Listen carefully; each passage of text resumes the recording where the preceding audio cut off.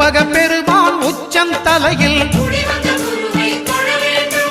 ஆலமர் செல்வன் அவனது பார்வை தடைகளை நீக்கி வளம் பெருக்கும் நம் கணபதி சிரத்தை காண்கிற மங்கையர் மாங்கல்ய பலமே திடமாகும்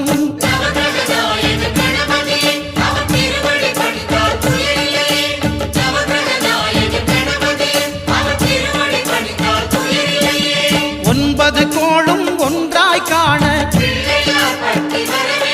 அங்கு கற்பகம் என்னும் கடவுள்